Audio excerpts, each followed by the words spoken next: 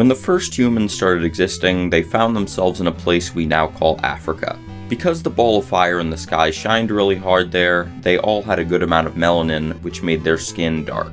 Every human alive today is a descendant of this first batch who all had dark skin. The humans enslaved each other sometimes, which we now consider not so good. We know they did slavery before laws because the oldest laws include slavery. People kept reproducing and spreading, and eventually they spread to places where the sun didn't shine as hard, so they didn't need melanin anymore. Over generations, their skin got lighter, and they also started farming in the new places because of complicated debated reasons, but largely because the climate was right for it and they could. They didn't know it, but farming would butterfly affect the people in the new places into having governments, because farming meant food abundance, which called for food storage, which called for money to trade for food, which called for property laws to protect people's food and money. And in order to have property laws, we needed to have a government to enforce them. Stop! You violated the law! And when governments started popping up, they did war with each other pretty often to steal resources or settle differences like whose god was real and who was in charge of where. With war came prisoners of war, and the governments were in charge of the laws, so they wrote slavery laws so they could extract value from their prisoners. Skipping ahead 5,000 years or so, a few European governments were dominating, and setting up smaller governments everywhere they could sail ships to extract resources. One place they went was where I live, and we now call it America. Back then, the British were led to believe that Africa was mainly primitive warring tribes, so they saw Africans as lesser. The richest man to ever live traveled Africa a few hundred years prior, but colonists were never made aware of that. Instead, there was a massive disinformation campaign pushed by those who profited from chattel slavery. The church taught that it was God's will that blacks be enslaved, and a slave's desire to be free wasn't human nature, it was a disease called drapetomania. The British, being more advanced, is much more reasonably attributed to geography and circumstance than innate genetic differences. Regardless, it was easy for colonists to believe that blacks were inferior, because as far as colonists could see, they were. They didn't speak much English and couldn't read, they were uneducated, dirty, they wore rags, and the only significant thing you'd hear about one of them doing is escaping, which would make them a criminal. It's a cycle. They put black people through horrible conditions, they have horrible outcomes, and then they can present these bad outcomes as evidence to ignorant white people for why it's valid to put black people through horrible conditions. The fun may never end. When the United States was founded, its federal documents were mainly focused on uniting the colonies and preventing tyranny. The Constitution was absolutely fine with slavery, because they thought it was worth it to compromise with rich slave owners in southern states in order to have a country. You might be surprised to learn that a few generations before America declared independence, blacks weren't all slaves. They could even own land. But the colonies passed laws over time dehumanizing blacks further and further. The Constitution may give protections to people, but black people weren't considered to be people. It's worth noting that when I say blacks, I'm referring to a specific group, people who are ethnically African and were brought to America to be slaves. White, on the other hand, is a necessarily vague term. It does not refer to a specific ethnic group, but instead refers to someone who does not belong to any ethnic group considered to not be white. When America was founded, the only white people were British and maybe French and German people. The Irish, Italians, and Jews were certainly not white. So what are you, Ben? Are you not a white guy? I mean, I'm a man of Jewish ethnicity, which is sometimes grouped with white and sometimes not. One of the ways that other Europeans slowly got accepted into the category was by making the case that they were very much not black people. I know black, I know black, I know black. Imposible, I know black. I'm Dominican, I'm Puerto Rican, I know black. Be looking just like me. Be having the same hair. I be touching it like, it's not the same, it's not the same. It's not the same, papi. It's not the same. They try to salsa that shit off. Although some colonies were already close to abolishing slavery before they became a state, southern states had a massive proportion of their economy tied up in slave-based agriculture. That being said, slave distribution amongst white people was very unequal. The vast majority of slaves were owned by just a few thousand wealthy families. But with all their power and free time, they dominated southern states' politics. Since the South started a civil war, you might think that the federal government was trying to force them to give up their slaves. but the Civil War was actually fought over new states being added. Wealthy farmers in slave states wanted to be able to expand their empires to newly added states, and they were scared that if too many non-slave states were made part of the US, the federal government would eventually vote to abolish it. Instead of just letting democracy play out, which would have theoretically ended slavery at some point, those few thousand Southern families decided to draft all the poor white men they could, over 250,000 of which died, for a war over the right to own black people when most of the soldiers didn't even own any. It's hard to blame those few thousand families for this drastic action though. The alternative was the unthinkable torture of living off the wealth they had accrued from turning black people's lives into money for hundreds of years. We need to be respectful. Everyone should be able to take pride in their insurrectionist slavery defending lineage. Or maybe not. I don't really know. Up to you, I guess. It's not that the whole federal government was hell-bent on abolishing slavery, but to keep it simple, some of it was, and they did. On June 19, 1865, 2 months after the Civil War ended, news finally reached Texas, the furthest state from the capital, that the insurrectionists had lost and slavery was now illegal. There isn't much reason to be celebrating though. Let's get away from the piece of paper in Congress that says no one can own slaves anymore. Except the government and private prison contractors. Let's say it's Juneteenth and you are a freed slave. Sounds great, right? Unfortunately not, because systemic racism did not end in 1865. What? No, dude! Even if we pretend that this is when all interpersonal and institutional discrimination ended, the way the system works is that when someone dies, they pass on their money and knowledge. So if you have less money and less knowledge compared to the average person, then your kid will probably have less money and knowledge compared to the average person, along with your grandkids, and so on. It is possible for a poor person to reach a significantly higher class, and everyone should try to achieve the most they can, but that does not change that people's outcomes are a product of both their choices and their circumstances, and that their choices are influenced by their circumstances. Given that the Black Americans were deprived of money and knowledge by the systems at the time, and the system we live under dictates that those things are largely inherited, even if there was no discrimination after Liberation Day, America would still have systemic racism for generations. In this hypothetical, where discrimination ended 5 generations ago, maybe the unfair circumstances would be close to over by now. Unfortunately, not only did discrimination not end in 1865, slavery didn't even end in 1865. Since the plantation owners had fortunes based on slave labor, Lincoln oversaw the redistribution of this wealth to the freed slaves in the form of 40 acres and a mule. He was also pushing for black men who fought in the war to have the right to vote. That's why he's the GOAT!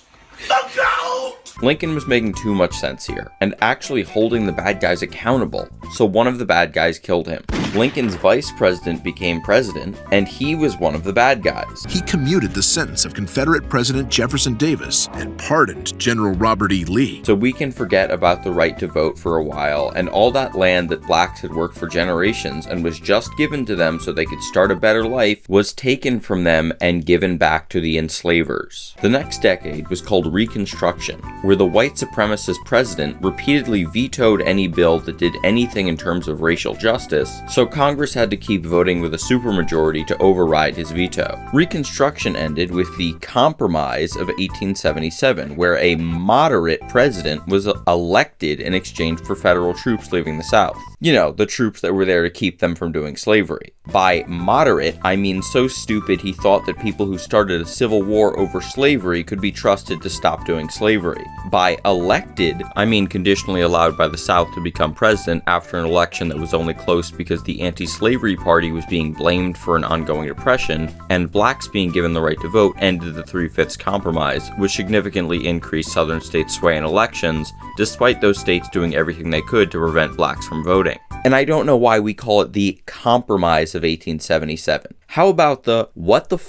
What was even the point of the Civil War if there's no punishment or prevention for slavery of 1877? So a lot of people were still just doing slavery. But for the most part, those good old Southern boys followed the Constitution and started doing, well, I was going to say technically not slavery, but I'm just going to not go along with the word games. They basically all kept doing slavery, and the Confederacy didn't go away either. They just immediately reorganized to form the KKK. Imagine you're a black man in Texas, and the president took away the 40 acres and a mule you were given. You have no resources, anybody who you might want to ask for help or a job sees you as subhuman, and your whole family is going to starve to death. Then the same guy who has owned your whole family for generations comes to you with a contract for you to sign to work for him. The same guy who taught you since you were born that the Bible dictates you have to do everything he says. Until recently, it has been illegal for you to learn how to read, and you don't want your family to die, so you sign the contract. I could go over the specific terms of the contract you couldn't read, but it was just slavery. The plantation owners just tricked the freedmen into signing contracts to be slaves again. That sounds like a choice. And then when that loophole got patched, the plantation owners started setting up little rigged economies, where you get to grow your own crops, but the only person you can sell them to is the plantation owner, and he pays you less than it costs to feed your family, so you're always in debt to him. Now, if you're concerned that you might still be able to pull yourself up by your bootstraps and be free,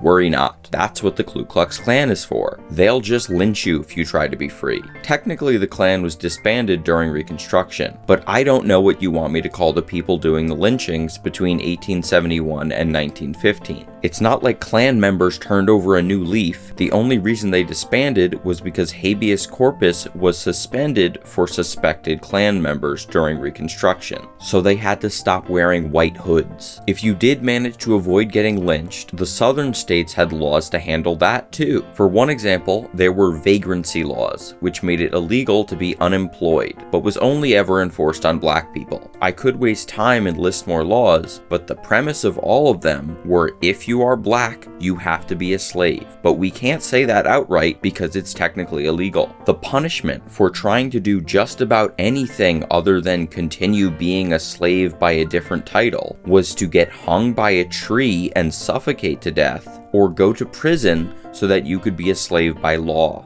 The 13th Amendment says you can be enslaved as punishment for a crime, so southern states' governments leased out slaves to companies. It was actually much worse to be a slave at this point. Before the Civil War, plantation owners had good reason to keep their slaves somewhat healthy, but with the government rental system, everybody could afford a slave now. And who cares if they die? You're only paying a few bucks a month, you could just get a new one. Since the federal government wasn't doing anything after the Compromise of 1877, it was up to black people in southern states to vote for better local governments. So then the genius southern governments went, oh, black people don't have much money, so we'll just charge them to vote. So the few black people that managed to not be in prison or pseudo-slavery started businesses. Notably, many started watermelon farms. This is why black people are now stereotyped as liking watermelon, because it happened to be one of the only viable businesses they could run in the Deep South at the time. So then the South said, oh no, some of them are getting money to pay the poll tax, but they're also uneducated, so let's test people on their ability to read when they vote.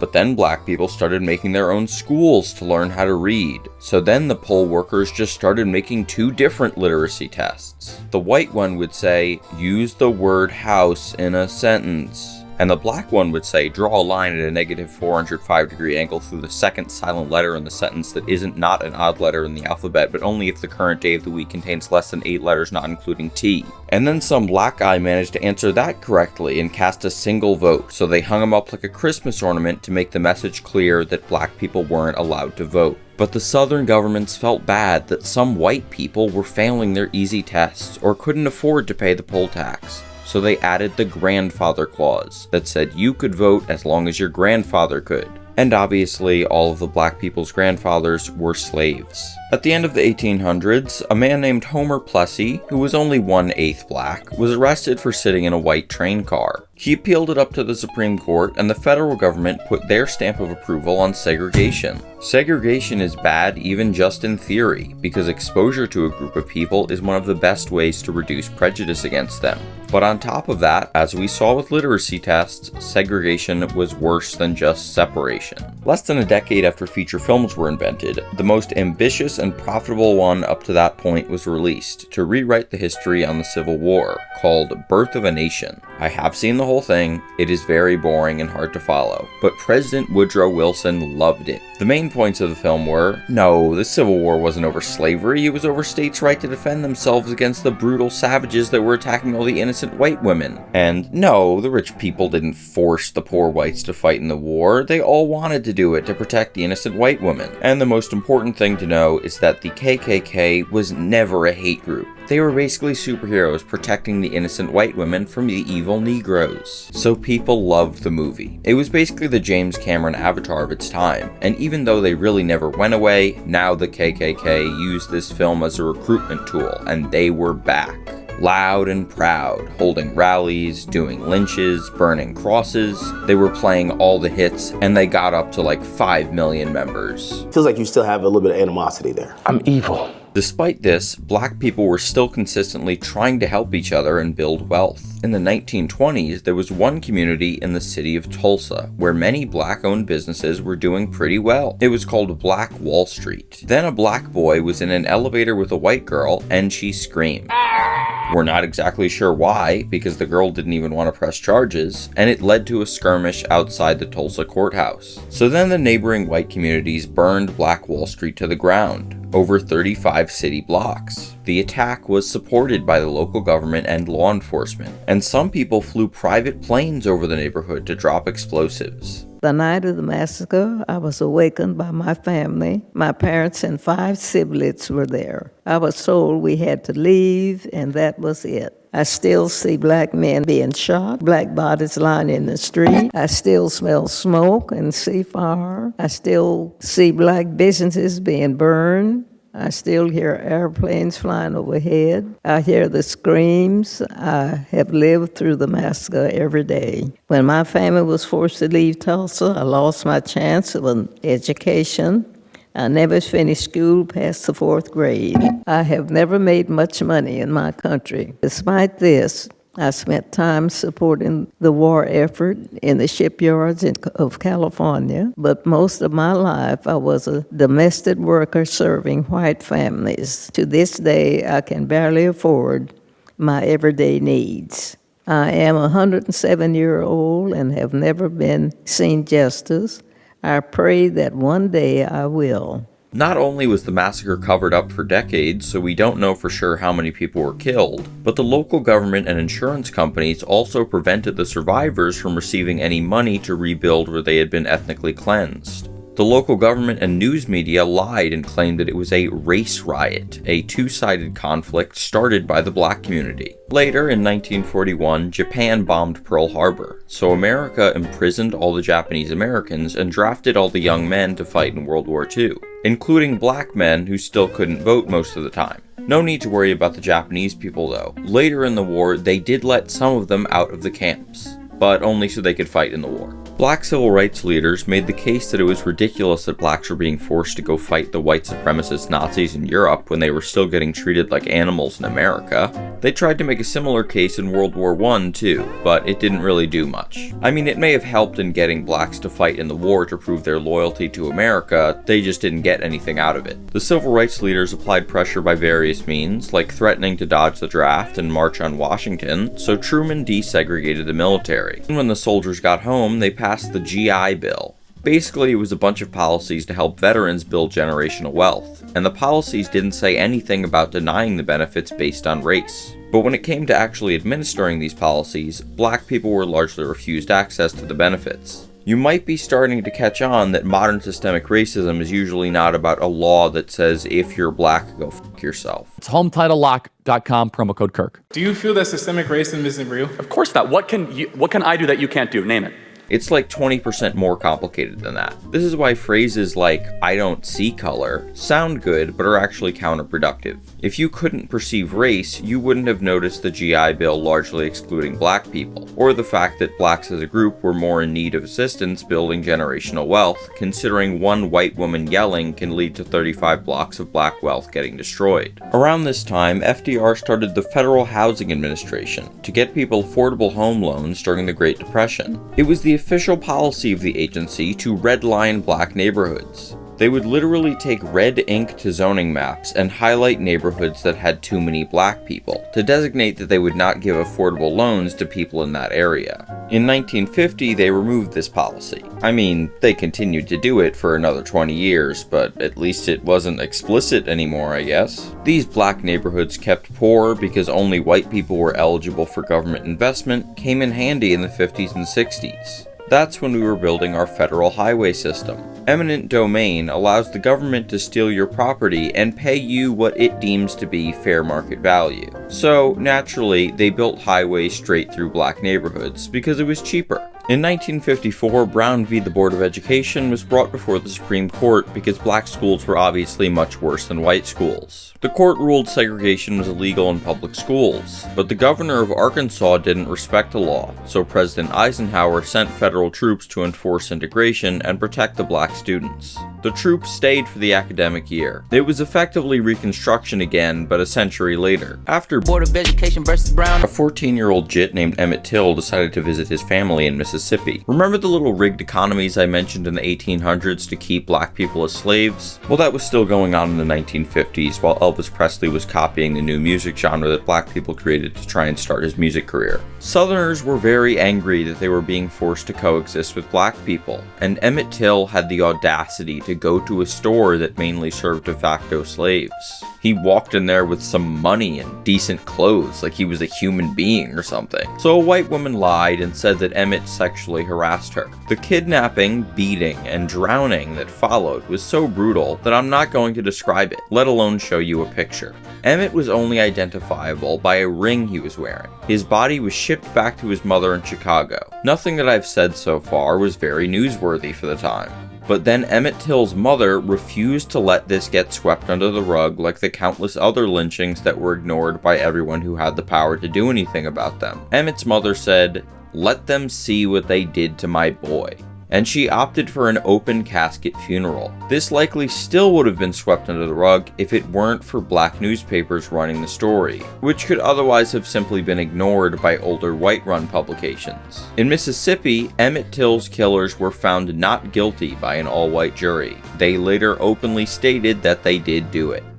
The publication of Emmett Till's death in 1955 is often considered a spark for the next decade or so we now call the Civil Rights Movement. Media and communication technology had advanced very quickly, and it had become much easier to organize collective action and to spread information. Humans are driven by emotion. It is much easier to get someone to care about a lynching if you can show them a detailed picture of it, or you can hear from the family of the victim over the telephone or on television, both of which everyone is starting to have in their homes. At this point, there were specific demands that could be made, and pressure could be applied until they were met. We will not pay to take the bus until we are not forced to sit in the back.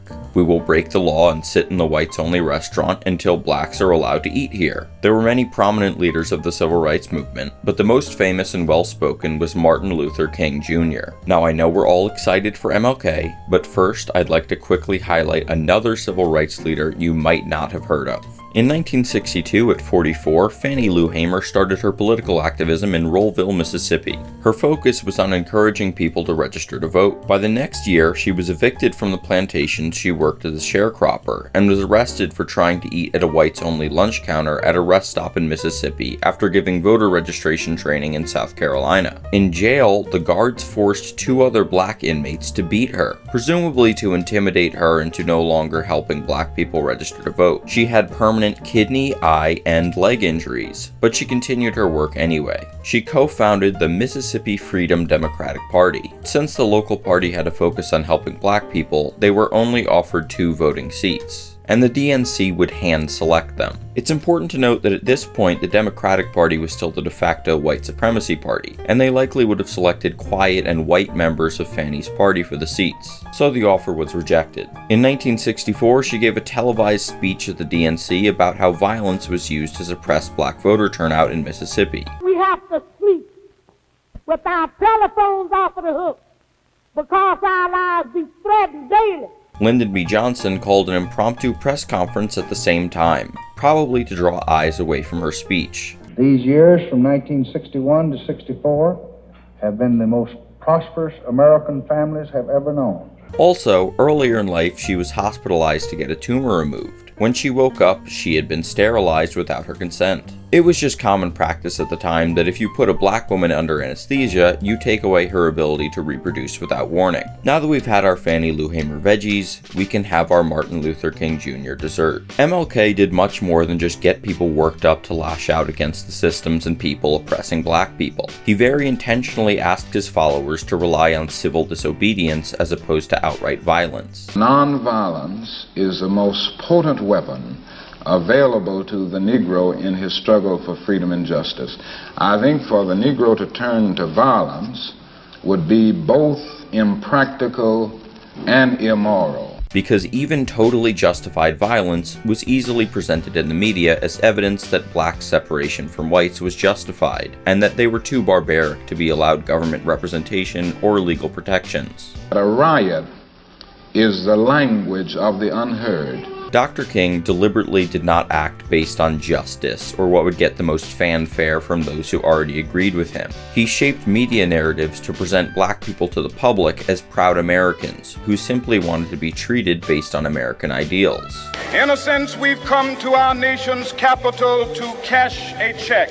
When the architects of our republic wrote the magnificent words of the Constitution and the Declaration of Independence, they were signing a promissory note. This note was a promise that all men, yes, black men as well as white men, would be guaranteed the unalienable rights of life, liberty, and the pursuit of happiness. Instead of honoring this sacred obligation, America has given the Negro people a bad check, a check which has come back marked insufficient funds. In one instance, he brought black students to a protest with the expectation of police brutality. Instead of bringing a weapon to fight back against them, he brought a camera. The image of a police dog attacking a black kid had much more positive impact than meeting force with force would have had. President JFK famously said the photos made him sick. MLK and leaders like him succeeded and brought us into the modern era of racial justice. The Civil Rights Act, Voting Rights Act, and 24th Amendment enshrined in law that racial discrimination was anti-American and outlawed poll taxes, literacy tests, and the practice of racial gerrymandering. That is, where congressional maps were drawn to ensure black people's interests were not represented in government. I'm sure that will never come up again. Thank you for watching. You should probably subscribe because there's going to be a part 2 to this video. Please don't go to the comments and start trying to outwoke me on the civil rights movement. You didn't mention Malcolm X, you didn't mention the Black Panthers. Yeah, there's going to be a part 2 to the video, so wait for that. Don't leave any of those comments. Actually, it's good for engagement. Please leave all of those comments. Depending on when you watch this, part 2 might already be out and it's on screen, or you could check out one of my other videos. Sorry that I didn't have Trey for the outro on this one. She's lying in her bed out there. I didn't want to bother her. And stay black, stay gay, stay Jewish.